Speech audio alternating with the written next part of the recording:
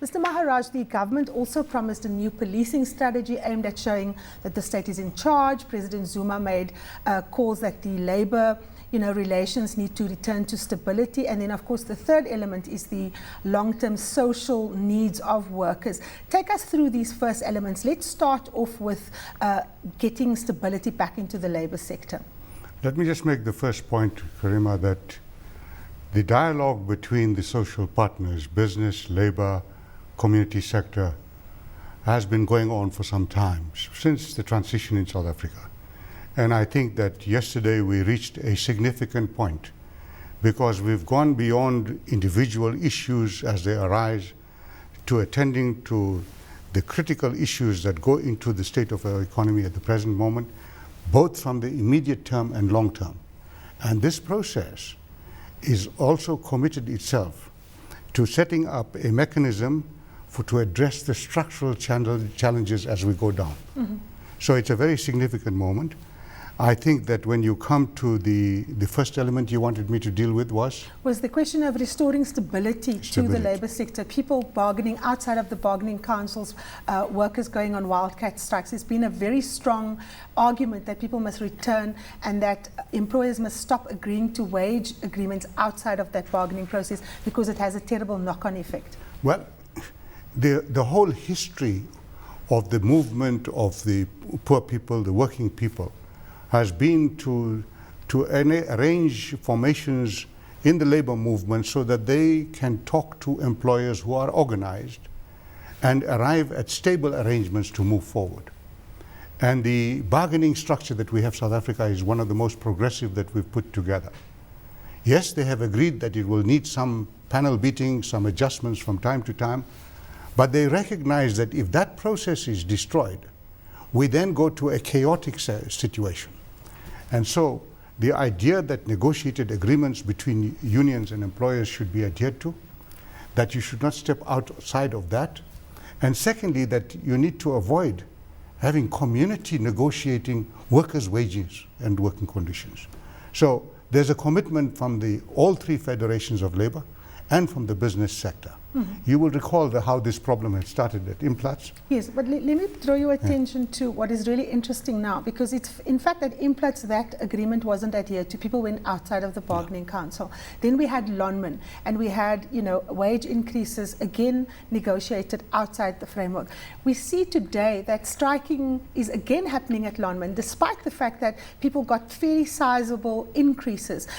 Is there a sense, Mr. Maharaj, that this is not necessarily just about labor issues, or about money for that matter? This is a situation where the question of violence and unlawful actions is becoming something that people feel they can resort to so that they can get a better conditions. So where is our law enforcement agencies? The law enforcement component was addressed in this agreement, and it has significant components. First of all, there's a strategic approach to law enforcement, and that includes containment strategy against violence and intimidation.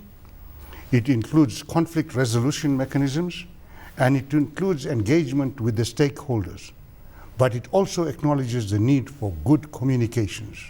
So it's a partnership that relies on close cooperation between leaders from all the constituencies and the law enforcement agencies. And in this context, what is significant is the parties have agreed that they will all send out a common message. One, that all protests and industrial actions must be conducted within the framework of the law. Two, that they will support all lawful action by the police aimed at protecting life and property, and that they will act strongly against intimidation and violence. They will meet each of these constituents, their members of their own organizations, talk to them, reinforce this message, because the message needs to be conveyed beyond just this particular industrial dispute. It has got to become a national norm. But we saw a survey of COSATU workers, and most of them were surveyed on whether violence aids their cause when they are striking.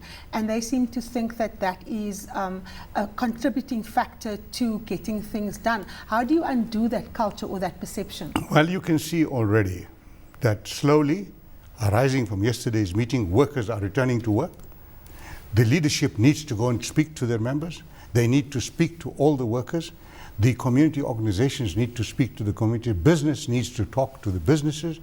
Government needs to talk to all and the municipalities, and we need to act together on this problem. So it's not law enforcement in just a strong arm. It's law enforcement with a firm hand, but in cooperation with all role players. Let's get to the third aspect, Mr. Maharaj, which is the more long-term, more challenging issues around social conditions of workers. We saw that there was a call by the Labour Federation COSATU for a second commission of inquiry to address particularly the issues of social conditions of workers. The President has taken to task some mining companies, including Lonmin, for lagging on coming to the party. In yesterday's meeting, did you get buy-in from the business community around coming to the party on social conditions, and what are we likely to see in terms of the mining towns that have been identified by the crack team that is going to fast track, this rollout of better housing, better sanitation and services for workers in mining communities? What is significant about this agreement is that the parties rose beyond blaming each other. The agreement has elements where what is each party going to do to help resolve the problem. And with regards to the social conditions, yes, there are specific commitments by government which has to work. It's got to set up a scratch team between the municipalities in the mining towns.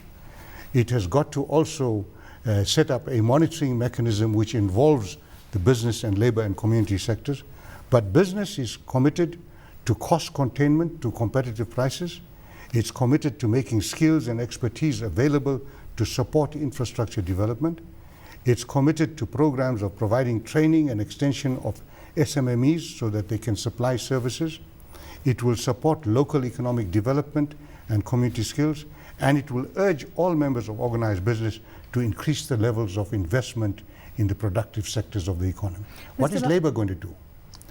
Mr. Maharaj, very quickly, we're running out of time. What is it that you want from Labour?